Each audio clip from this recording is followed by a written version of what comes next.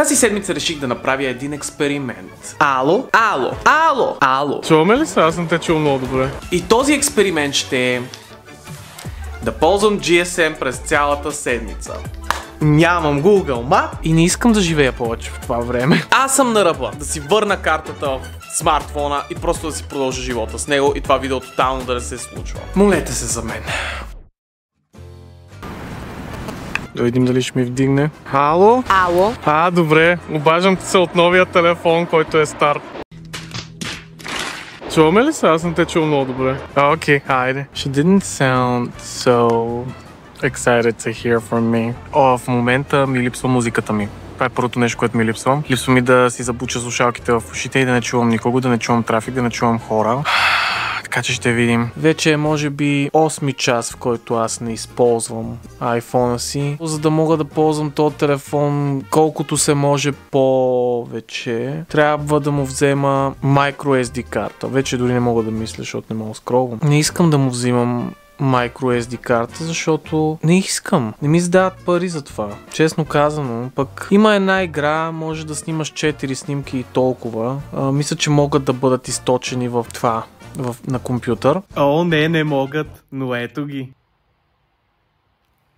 Това е! Камерата е ужасна. Камерата е 0,3 мегапиксела. Аз съм живял по времето, в което имаше VGA камери. И не искам да живея повече в това време. Камера, скъпаче! Вече е вторник, милички, и батко ви вече се натъкна на първия си съществен проблем с това, че реши, че ще ползва GSM цяла седмица. Ало! Проблема е следния. След като Google Maps, да, и това е проблемно. Google календарът ми е на телефона и аз имам записани неща, които трябва да правя. Не мога да го видя тук, защото го няма. Тук няма Google, тук няма календар. И тотално изпуснах ангажимент, който е важен. В последния момент се сетих, че може би го изпускам. Опитах се си поръчам такси. Таксито не дойде. Overwhelmнах се. Както се казва на български. Просто го презаписахме този ангажимент за малко по-късно в седмицата. Много жестоко се усрах. Много мразя да правя така. Аз съм от хората, които ако трябва да отидат някъде в един, са там в 12. Затова нещо такова да ми се случи на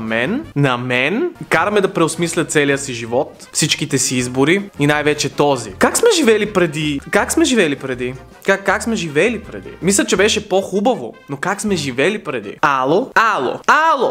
Втория ден ми е вече почва да се изнервям. Почвам да усещам ефекта на това, че не мога да скролвам, че когато ми е некомфортно, скучно или тъпо или каквото и да е, не мога да скролвам, не мога да вляза в TikTok, не мога да вляза в Instagram, не мога да гледам безсмислени видеа, не мога да си губя времето и това ме кара да се изнервям, сякаш съм на някакви тежки наркотици, което най-вероятно това е ефект.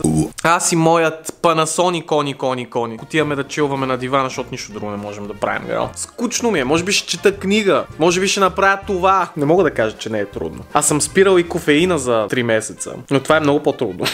No matter how much I want you, no matter how much I need you, no matter how.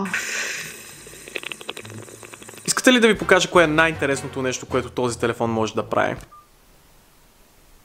Това. Като започвах този експеримент си мислех, че е някакъв много кют и ще преоткрия себе си, ще преоткрия факта, че не ми трябва всъщност смартфон, за да съм окей, да съм щастлив и да съм забавлявам. Страх ме да си мисля какви ще са следващите дни. Липсва ми телефона ми. Включвам се само за да кажа, че едва и...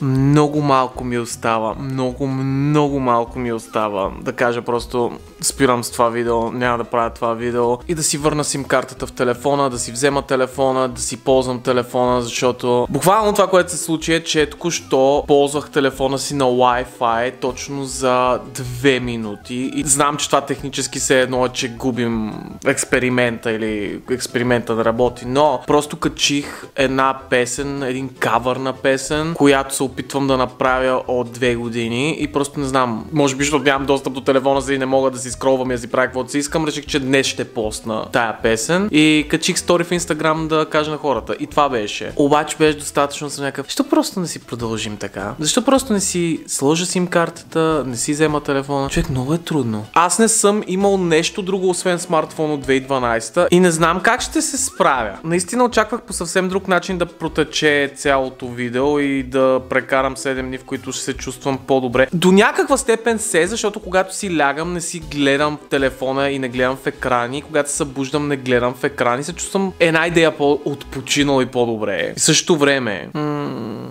вече е сряда, милички. It is Wednesday, my dudes.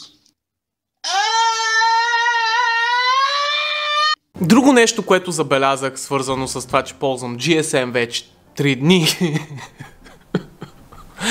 е, че много бързо ходя до туалетна вече, защото не мога да скролвам. Нямам какво да скролвам. Нещо, което също така е доста разочароващо е, че модерните GSM, да, защото това е модерен GSM, в смисъл от тези години е като производство, батерията им не държи така както преди. Преди, когато имахме такива GSM, държаха по средно седмица. Този държи 2 дни. Което пак е, нали, повече от повечето смартфони, но... Hello! Няма нищо на него. Не го ползвам. 2 дни! Окей. Когато говоря по него, въпреки че, както се вижда, обхвата е напълно догоре. Не чувам никого. Мен не чуват. Самия разговор прекъсва. Има някакви смущения. I can't hear you! А ако съм навън и ми звъни някой, абсурд да чуя. Аз исках това. Сега трябва да отида на терапия. Не заради това, че ползвам GSM.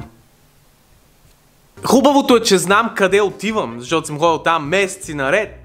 Но ако не знаех къде отивам, нямам Google Map. Ако някой от вас си мисли, хей, искам да се върна към това да ползвам GSM, защото носталгия or whatever, седнете, пийнете нещо, най-вече успокоителни. Сега трябва да изляза и да се опитам да стигна до където трябва да стигна, без да се загубя. Молете се за мен, пазете ме в спомените си. Смятам, че дължа да ви разкажа какво се случи вчера. Вчера трябваше да отида на едно събитие, на място, на което никога до сега не съм ходил. И какво правя аз и повечето сигурно от вас, когато не знаем къде отиваме, но трябва да отидем? Ползваме Google Maps. Ама с този буклук не можем да ползваме Google Maps. Така, то отивам аз вчера към 7 часа на събитието. И добре, че бях с приятели, защото нямаше как да стигна. Добре, нека започнем от там. Трябваше да стигна до станция Европейски съюз на метрото, който не знае какво е това в София. Това е една метростанция, няма значение. Стигам до тази метростанция, никакъв проблем. Обаче от тази метростанция до мястото, където трябваше да стигна, което е Топлоцентрала, в което никога не съм бил през живота си. Какво правим, ако нямаме с кого да отидем? Питаме хората. Аз за щастие имах с кого да отида, срещнахме се в метрото и тръгнахме заедно с DJ Панчо и Боби, се казва другия човек. Отиваме с Панчо и Боби и трябва да минем през парка, Кучешкия парк. Реално, парка, в който хората си разхождат кучетата, примерно. Стигаме до където трябва да стигнем. Събитието минава страхотно. Звъни ми телефона преди да започне събитието, опитвам се да чуя, не мога да чуя. Извинявам се, казвам, се чуем по-късно, когато можем. Да разочаровам хората от гледна точка на цялото нещо. Минава каквото минава от събитието. Събитието е 3 часа, били сме там в 7, приключва към 10. Аз трябва да се викна такси. Как се викам такси, когато нямам GSM? Така да е смартфон, а имам GSM? Трудно. Изобщо не си спомням естествено какъв е номера на таксиметровите компании, защото аз ползвам приложение. Така, успявам да викна такси с помощта на моите приятели, защото аз няма как да викна такси. И през цялото време, докато се прибирах в таксито, си мисля, колко всъщност зависими сме от телефоните ни. Не само защото сме пристрастени. Това е ясно, че сме пристрастени. Ние сме зависими, защото самите ни телефони са компютър, без който явно не можем да съществуваме в ежедневието си, освен че имаме чувството, че ако не скролваме, ще умрем. Аз съм на ръба да си върна картата в смартфона и просто да си продължа живота с него и това видео тотално да не се случва. Обаче, баткови е толкова упорито магаре, че това няма го направя. Защо съм толкова ядосан? Мисля, че ми липсва смартфон. I love you so much. Това е ежедневието ми в момента. Ало, помощ! Пореден ден, в който аз си ползвам GSM-а вместо моя смартфон. Не знам какво беше това, но трябваше да излеза от мен, просто защото много е трудно. Случила съм, да, защото ще излизам точно след като снимам това видео, което ще е след около 4 минути. Слънце грее, душата пее, всички сме навън, освен тези, които не сме. Аз трябва да изляза отново и да стигна до студиото, в което озвучавам. Let's just see what's gonna happen. Нямам търпение, още един ден, защото аз реално в неделя ще кача това видео, предполагам. И в неделя няма да си ползвам вече смартфона, сори. Може да кажете, че съм лъжец или че съм манипулатор. Може да кажете, падна ми раницата, да. Може да кажете, че съм нечестен спрямо това, че съм казал, че една седмица, обаче един от дните от седмицата няма го ползвам. Girl, shut up, it's my channel. И между другото искам да ви кажа, че е по-трудно, отколкото си мислите. Ако не ми вярвате, направете го. Хайде, излизаме сега. Чантата ми просто реши, че ще падне. Защо реши, че ще падне? Вътре, между другото, имам парфюм. Може би се е щупил също. Ха-ха, не се! Йоу! Come with me. Това беше видеото съответно. Дали бих правил това отново? Тотално не. Обичам ви. Обичам те.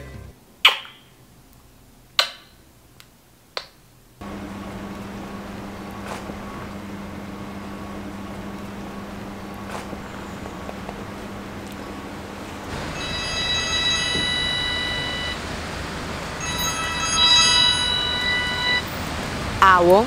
Ало? Що не ми отговаряш на съобщенията в TikTok? Ами малко съм затруднен в момента. Добре, защо те чакам 15 минути? Не мога да ползвам Google Maps в момента. Аха, добре, нали имаш модерен телефон, използвай го. Нямам го в себе си точно сега. А къде е? Правя видео, в което ползвам GSM за 7 дни. Аха, като това, което гледаме сега ли? Да.